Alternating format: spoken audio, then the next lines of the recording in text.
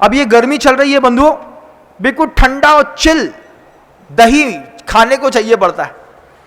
क्या, अरे क्या करें महाराज, घर में माँ ने जमाया था, उसमें एक चींटा गिर गया महाराज, फिर वो जमा नहीं, जमा तो गरम है, गरम है गरम, अगर मान लो ठंडा भी है तो टेस्टी नहीं है, कभी अच्छा खट्टा नहीं है और कभी कम खट्टा है, कभी ज़्यादा खट्टा हो गया, बड़ी प्रॉब्लम्स रहती हैं। तो फिर क्या करेंगे, अरे मोहल्ले में वो कृष्णा डेयरी वाला है ना महाराज जी, कृष्णा डेयरी वाले के यहाँ चले जाते हैं। वो कृष्णा डेयरी वाला भी बड़ा स्मार्ट है, वो कृष्ण जी का एक छोटा सा एक फोटो लटांग देता है, उसमें गागल लगा देता है, उसमें खूब सारा दही फोटो में गिराता है, बांसुरी बजाते हुए कृष्ण जी खड़े रहते हैं। कृष्णा डेयरी, हमारे यहां ताजा दही मिलता है। आपने लिख लिया ताजा दही मिलता है, कृष्णा डेयरी के पास पहुंच गए आप। हंसी आती है आपकी बात को सोच करके।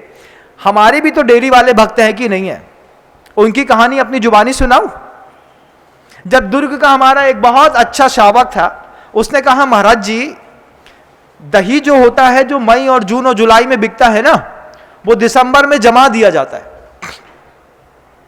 नवंबर दिसंबर के महीने में जब भैंस गाय अतिरिक्त मात्रा में दूध देती हैं और दूध की खपत नहीं होती है, उस समय दूध का दही जमा करके कुंटलों से नहीं टनों से दही जो है वो कोल्ड स्टोर में स्टोर कर दिया जाता है।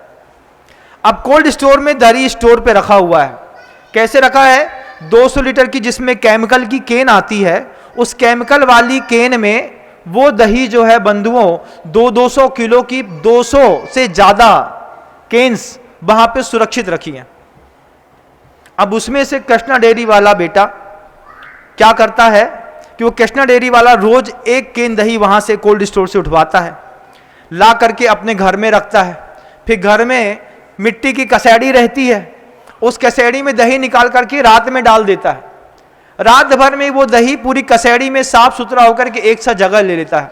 सुबह सुबह उसकी एक वेन आती है जिसमें 50, 70, 80, 100 कसेड़ियाँ रहती हैं। अरे महाराज इतना ठंडा और इतना व्यवस्थित और ताज़ा दही खाते हैं आप, सोच पे शर्म आती है। आपके अज्ञान मिश्रित धर्म में शर्म आती है बंधु। जब आप बाजार का पनीर खाते हैं, जब आप बाजार का दही खाते हैं, आपको पता होना चाहिए उसमें दही का टेस्ट तो दिखाई दे रहा है, लेकिन मांस का पिंड है वो। इतने मांस, इतना ज्यादा उसमें जीव उत्पत्ति हो चुकी है कि उसमें bill bill bill bill bill bill bill bill कर रहे हैं, आंख से दिखाई नहीं दे रहा। हम लोभी मनुष्य, खट्टा खाना है, ठंडा खाना है, लस्सी पीनी है, बाजार की लस्सी जाकर के चट्ट करके 8 रुपए की, 15 रुपए की, 50 रुपए की पी करके चले आए।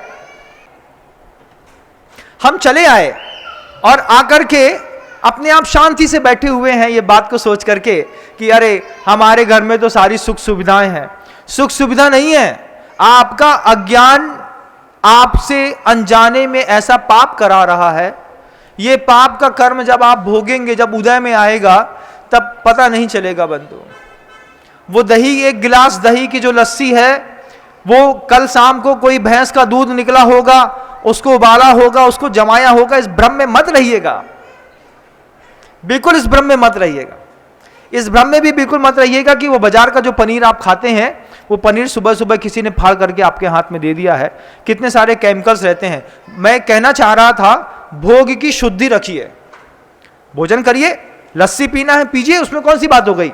पत्नी को बोलिए, पत्नी के लिए आप गाय का दूध ला करके 5 लीटर अलग से दे दीजिए, गर्मी है 2 लीटर दूध ज्यादा दिया करो। उसको समझा दो हमको अच्छा चिल चाहिए है, अच्छा ठंडा चाहिए है, बर्फ डाल के चाहिए है, वो बना के देगी ना आपको। लेकिन इस बात की तो गारंटी रहेगी कि कल शाम का दही जमी है, अभी सुबह हमने आपको दे दिया। 24 घंटे से पहले जमाए हुए दही का उपयोग कर लिया तो बहुत अच्छी बात है। लेकिन वो बाजार के दही के साथ हल्दीराम का भुंजिया का पैकेट डाल करके जब आप घर के अंदर लाल मिर्ची डाल के पराठा खाते हैं, उस समय आपकी भोग की पूरी शुद्धि नष्ट हो चुकी होती है। आप क्या करते हैं आप जानिए, मुझे क्या दिखाई देता है मैं मात्र उतना बताने का प्रयास कर रहा हूं। आदिनाथ प्रभु ने इस बात को कहा कि तुम भोग छोड़ना पाओगे, लेकिन 5 इंद्रिय के भोग की शुद्धि का संकल्प लो, पहली बात। उसके बाद प्रभु बहुत अच्छी बात कहते हैं कि भोग की शुद्धि का संकल्प तो लो ही लो, साथ साथ भोग भोगने वाली देह की शक्ति का भी अवलोकन करते रहो। भोग भोगने की शक्ति नहीं है, शरीर साथ नहीं दे रहा है, इंद्रियां बिल्कुल शिथिल है, फिर क्या कर रहे हैं? अरे कुछ नहीं महाराज, एक 30+ का कैप्सूल लिया, नहीं कि पूरा शरीर अपडेट रहता है। आपने एक कैप्सूल खा करके, कोई गोली खा करके, किसी चा करके अपने शरीर को भोग की शक्ति के लिए बार बार प्रेरित किया है। क्या ये प्रेरणा आगे जाकर के आपके जीवन में प्रताड़ना नहीं बनेगी?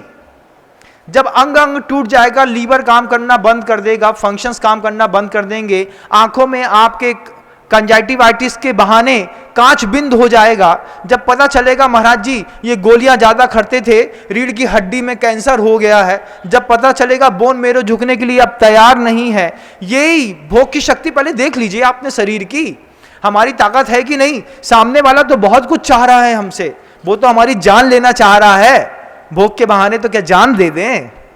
इतनी बड़ी जान भी नहीं हो तुम कि तुम्हारे लिए अपनी जान दे दें। समझाओ सामने वाले को और बोलो उससे कि मेरे भोग की शक्ति इतनी है भैया, मैं इससे ज्यादा मेहनत नहीं कर सकता। लेकिन संघर्ष और संरक्षण की दुनिया में जब सरलता छोड़ करके जीवन में विकृति बढ़ी, तो लोगों ने नए नए आविष्कार करके मनुष्य के शरीर की भोग की शक्ति बनी रहे, ऐसे ऐसे दवाइयों का, ऐसे ऐसे विज्ञान के माध्यम से स्टेरॉइड्स बना दिए, वो भी आपकी भोग की शक्ति को बढ़ाने वाले ही तो हैं। कल तक बच्चा बेचारा बैठा रहता था, आज चुपचाप 5 पराठा खा के चला गया। क्यों? क्योंकि जिम जाने के बाद उसने आधा चम्मच स्टेरॉइड खा लिया था। अब स्टेरॉइड आपके पूरे शरीर के पैक्स को बढ़ा रहा है, शरीर को फुला रहा है, आपके शरीर में स्वेलिंग और सूजन दिख रही है, लेकिन ये ना आपके भोग की शुद्धि है, न शरीर में आपको उस भोग भोगने की शक्ति है। जिस दिन आप थक जाएंगे उस दिन पता चलेगा महाराज ये जो आहार नली होती है, इस आहार नली में कैंसर हो गया है, क्योंकि स्टेरॉइड यहीं से अंदर जाता था, वो सॉफ्ट बिल्कुल पैसेज फंसे हुए थे, उसमें उसके जितने भी बैक्टीरियल फंक्शंस थे वो सब यहाँ पे फंस गए। आज लाख कोशिश करने के बाद भी निकल नहीं रहे हैं। अब आत्मा को इस शरीर से निकलना पड़ेगा।